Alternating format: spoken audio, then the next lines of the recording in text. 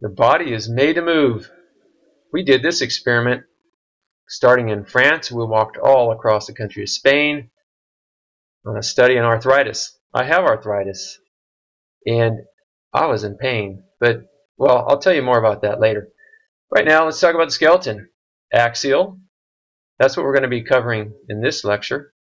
And the appendicular, those are the arms, legs, pelvic girdle. Axial is, we'll start with the cranium. There's two parietals, side to side, that form the top. The frontal bone, which is in the front. The temporals, think of the temples. The sphenoid and the ethmoid, well, I know those aren't real common words, but we'll look at those real carefully. Here we go. The temporal bone has a mastoid on the back part. We call that posterior, what's in the back. And it's air-filled when we're healthy, but it can become infected with fluid, mastitis, and it's a reason for concern. Zygomatic, think of Hollywood movie stars with their cheekbones. There's two bones that make up the zygomatic arch. Temporal, again, we're still there. The styloid's the thin bone that's down where some of the muscles and of the neck and the tongue attach. And this is why you don't want an amateur giving you a neck massage, because a deep pressure with the thumb and that'll snap that styloid right off. Oh, auditory meatus is a canal that directs sound into the inner ear. Sphenoid. Okay, we're looking down on from the top. Okay, so we've cut off the top of the skull and we're looking down past the brain, and there is the body. Then that's going to hold many of the cranial bones together. And there's wings, the greater and lesser wings of the sphenoid that are perched above the orbits of the eye. Still in the sphenoid, there's a sella turcica. It's the Turkish saddle, and it's where the pituitary gland. Okay, this is a very fragile structure that keeps us alive in a lot of ways. So, in its wisdom, the body has it right there protected in the sella turcica. When you see the word foramen, think of a hole. Okay, just hole, because that's Latin for hole.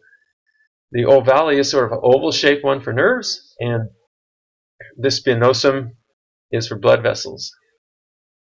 Okay, on we go. Ethmoid, this is different than the sphenoid. It's in front of the sphenoid, so again, we're looking down past the brain. We're looking at the anterior front of the cranium. We're looking right in the middle, which is the medial area, and it's superior, right above the eyes. That is the location of the cribriform plate. Those holes in there, they're very tiny. It's for our sense of smell, so tiny particles come up there. Now, they don't go into our brain. There's receptors at the entrance of the cribriform, and they're going to detect odors.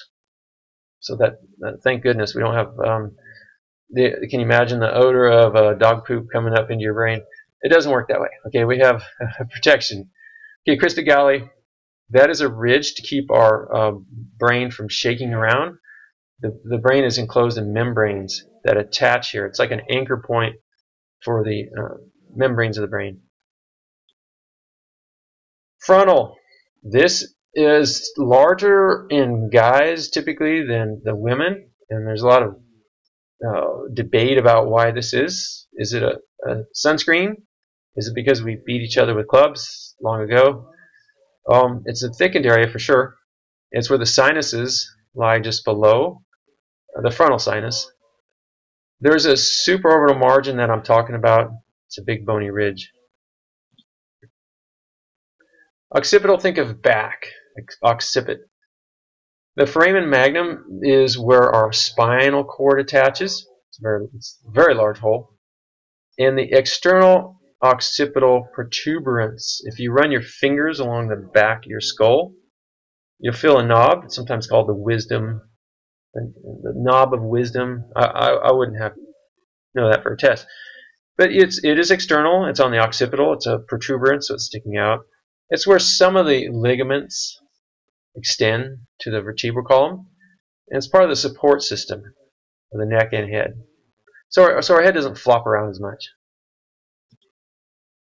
Fontanelles are, we think of infants, because these are plates of the skull, and they have the same names, okay? Parietal, frontal, and so forth. But they're loosely connected so that the infant can pass through the birth canal without all that pressure. The plates can slide around a bit. In infants up to about 2 years of age, but actually even older than that, the anterior fontanelle, which is that frontal bone, is the largest. By 2 years it ossifies, which means it's becomes sealed with bone. Sutures, some people just think there must be cracks in the skull, but no. These are joints, immovable joints, but nonetheless. The coronal, think of crown. That's going to unite the two frontal bones. I mean, the two parietals with the frontal bone. Squamosal, think of, that's a chewing concept. Unites the parietal with the temporal. Think of temples and the top of the skull. Sagittal. This is on the very top. It's going to, so it's separation between the two parietals. And if you ever see a gorilla skull has a ridge right along that suture for attachment of chewing muscles. And the lambdoid, which is in the back along the occipital bone. Facial bones. Now, so we've been talking about, or I've been talking about cranial bones up until this point. Now we're hitting the facial bones, which you're going to be smaller. Nasal bone, that's a small bridge, but when we call the nose, most of what we call the nose is cartilage. And unlike bone, cartilage keeps growing, right? And that's why our nose and our ears keep growing. So when you get to be old like me, well, those parts of our head are getting too big for. Okay. Maxilla is the upper jaw, so for the upper lip, and there's sinuses that empty in the nasal cavity there. The lacrimal is where our tear ducts are. It's for crying. So if you look at a skull, and it's good to roll a skull around in your hands and find all these. There's a little gap there where fluids will gather. Zygomatic arch. I talked about this. This is the cheekbone, composed of the maxilla, which is the front, and the temporal bone, and they join to form a single arch. Nasal concha, we don't see these, but they're exciting in that when we take a deep breath, they swirl that air, and so if there's particles in the air we're breathing, they stick to the moist membranes, and they also cool or warm the air, and that's why it's often a good idea to breathe through your nose whenever you have that option. The mandible is the jaw, and there's a condylar and a coronoid. The condylar is in the back, coronoid in the front. You might think, well, who cares? Who cares about these little joints? But many people suffer from temporal mandibular joint pain. Maybe they grind their teeth at night, or there's an improper occlusion. It may be related to the teeth. Lots of things, and it causes headaches, and so it's a big problem for many people. Palatine bones. If you're fortunate, your skull formed properly so that those palatine bones on the roof of the mouth join together. And as we age, that suture starts to disappear. So you can often tell how old a person is when they die just by looking at these palatine bones and looking at that suture. Summary, so don't go into shock here. This is just things we've just already talked about.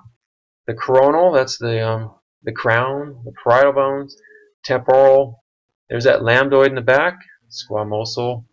Occipital bone in the back with the zygomatic, the front or back part of the zygomatic. Acoustico-meatus, where the hearing. Mastoid, sometimes it's filled with air when we're healthy. Styloid, that's the little piece that can break off. The condyle in the back and the coronoid in the front for the TMJ. Mandible, maxilla, zygomatic, that's part of the cheek. Nasal, lacrimal for the tears, ethmoid in the inner part, sphenoid that holds the skull together. Just a view of the back, summary here. Nothing really different. Mastoid, occipital protuberance. Yeah, we've just gone through all that. Sagittal suture on the top, lambdoid in the back. Cranial, facial. There's that supraorbital margin, the brow ridge for guys tend to have large. Nasal concha for swirling air. Mandible, maxilla. Okay, we've covered most of these already. Sphenoid. There's the wings in there. Okay. What's new on this view? Let's see. Sella turcica. This is something I just haven't hit on the review. That's where the pituitary gland sits. You can kind of see from the side view. Nice little pocket there. Sphenoid sinuses. Crista galli. Crista galli on the right side. That is the area that is an anchor point for the membranes.